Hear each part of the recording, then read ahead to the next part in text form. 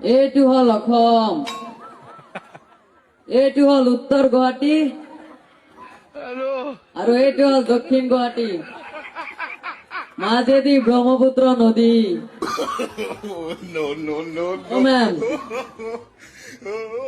এতিয়া যদি মেপখন আকৌ ঘূৰাই দিয়া হয়, এইটো হল হৃদয়পুৰ, ইয়াত মায়া মহব্বতেৰে ভৰপুৰ। ইয়াৰ পৰা অলপ যদি তলফালে আহো, এইটো হল মেঘালয়, ইয়াত বছৰৰ সকলো সময়ত বৰষুণ পৰি থাকে।